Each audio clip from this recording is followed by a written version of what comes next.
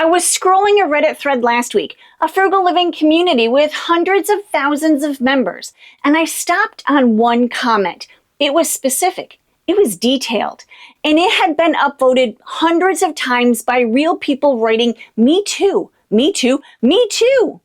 And I thought, I've never seen this on a frugal video, not once. So I kept going. More threads, more comment sections, more communities of real people sharing what's actually working. Not because a financial expert told them to, because they tried it and something changed. Most of us already know the obvious stuff, the takeout, the subscriptions, the impulse buys, but there's a whole second layer that nobody is putting in videos. Until today. Hi there, my friend. Welcome back. If you're new here, my name is Sarah. I'm a certified financial coach, and I help midlife women stop spending on the life they were sold and start saving for the one that they actually want. Now, if that sounds like you, stick around and subscribe. My free newsletter and my book, Fundamentally Frugal, are both linked below. Come find me there. Today is a little bit different. I spent time this week doing something I don't usually do. Instead of sitting down to think about what advice to give you, I went looking for real people who are already doing it. Reddit threads, YouTube comment sections, frugal living communities online.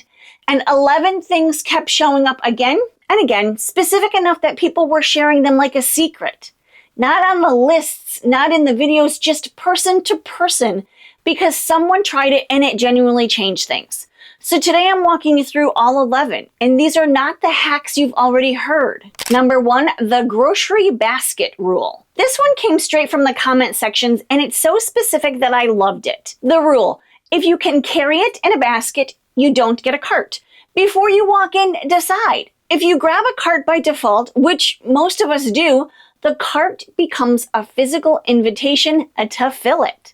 The empty space pulls. The basket says, I know what I came for and I can carry it home. People who practice this consistently report spending 20 to 30% less on unplanned grocery purchases. The limit isn't deprivation, it's a physical boundary that keeps decisions intentional. That's the whole hack. Number 2, warm the person, not the room. This one sounds almost too simple, but there's real money behind it. Instead of turning on the heat the moment you feel cold, you warm yourself first. A heated throw, an extra layer, wool socks. You change your body temperature before you touch the thermostat. One woman in a frugal community put it this way: going up the heater was never the first response. It was almost the last resort. Most of us now reach for the thermostat the second we feel a chill. That reflex costs money every single month. The habit costs nothing. Number 3, the freezer scrap bag. Now, my mom had a bowl in the freezer, an old Tupperware bowl. Every time she had something, a sad carrot, part of an onion, a pork chop, leftover rice, she dropped it in the bowl. When the bowl was full, she made soup. I do this. A lot of us grew up watching this and just forgot we knew it. So this tip isn't 100% new to me, but I saw it and it's one of my favorite ideas. Now, I know my mama's watching, so this one is a shout out to the queen of frugal living. A large freezer bag works perfectly. Vegetable scraps, the ends of things, anything that's still good but no longer the star of the show. When the bag is full, stock, broth, soup for free. It's one of those habits that feels like nothing until you realize you haven't thrown food away in weeks. Number 4, cut pantry variety. Counterintuitive if you love to cook. But here's what's actually happening in the average pantry. We don't have too little, we have too much. And too much variety means we can't see what we already own. So we buy duplicates. We buy ingredients for dishes we never finish making. Things expire. The fix isn't more organization, it's fewer options. Stock deeply on the things that you actually use every week. Stop buying the things you buy hoping you'll use them. You don't need 15 condiments. You need the 3 you actually reach for every time. Number 5, read the product manual before you throw it in the drawer. Now stay with me. This one is totally worth it. Most things we own have specific care instructions that significantly extend their lifespan. Steam mops that need distilled water, or the minerals will clog them in 6 months. cast iron that has to be dried a certain way, a cutting board that can't go in the dishwasher. When we skip the manual, we shorten the life of what we paid for and replace it sooner than we should have. Reading the manual once is one of the highest ROI things that you can do with a new purchase. It takes 10 minutes. It can extend something by years. As a matter of fact, the warranty is essentially the guaranteed lifespan, and most of us never give our things a fighting chance at it. We're just past the halfway point, and I want to tell you, the next 6 are where this gets into territory genuinely I have not covered before. Number 9 in particular, stay with me. Number 6, keep a record of the purchases you didn't make. I love this one. Most of us track what we spend. Nobody tracks what they resisted. One woman in a Reddit thread kept 2 notes in her phone. One for purchases she made and one for purchases she almost made but didn't. The second list did something she didn't expect. It showed her exactly where the impulse patterns live, and it made her feel rewarded for not spending. Because you can see the decision you won. Try it for 1 week. You might be surprised what the second list reveals about where your money almost goes. Number 7, go to the cancel page, but don't actually cancel. This is a 3-minute move that a surprising number of people have never tried. Start the cancellation process on any subscription, streaming, phone, internet, cable. Get all the way to the cancel screen. A significant number of companies will serve you a retention offer before you confirm. A discount, a free month, a lower rate, because keeping you is cheaper than finding someone new. You didn't negotiate, you just showed up at the door with your coat on. It doesn't work every time, and it costs you nothing to try. Number 8, know when not to DIY. This is the one I had to sit with. DIY gets a free pass in Frugal circles, and sometimes it's absolutely the right call.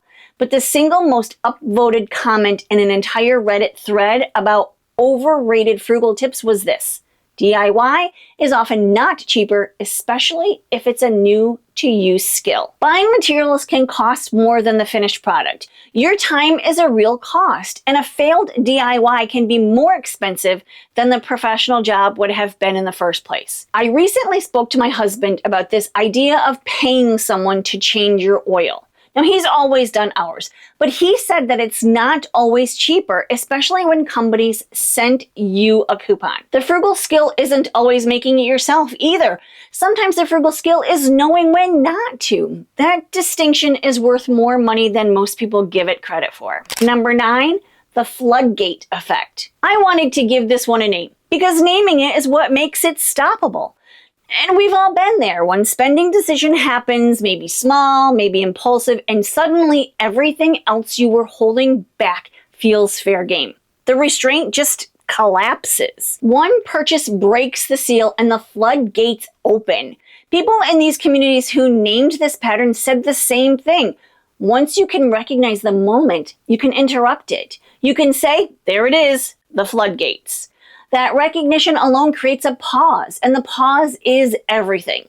The habit that costs us the most don't feel like mistakes, they just feel normal, and this is one of them. Number 10, build the I like it, but I don't want it muscle. This one is less of a hack and more of a skill, and it might be the most freeing thing on this list. You can pick something up, genuinely appreciate it, and put it back. You can see something beautiful and walk away without it. You can like something without it becoming a want.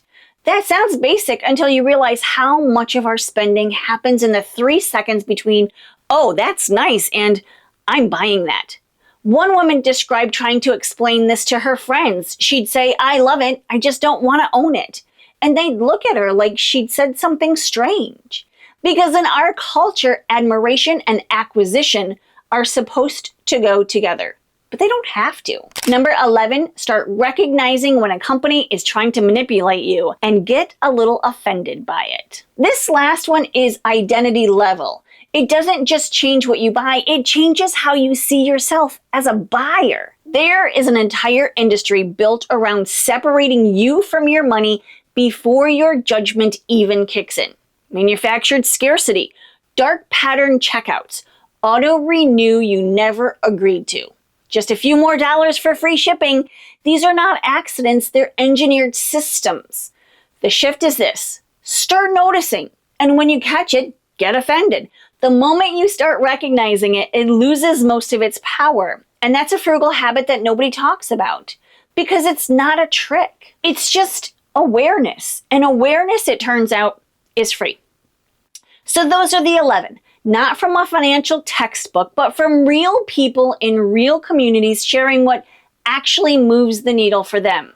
And if this resonated with you, my book, Fundamentally Frugal, is the whole system behind habits like these.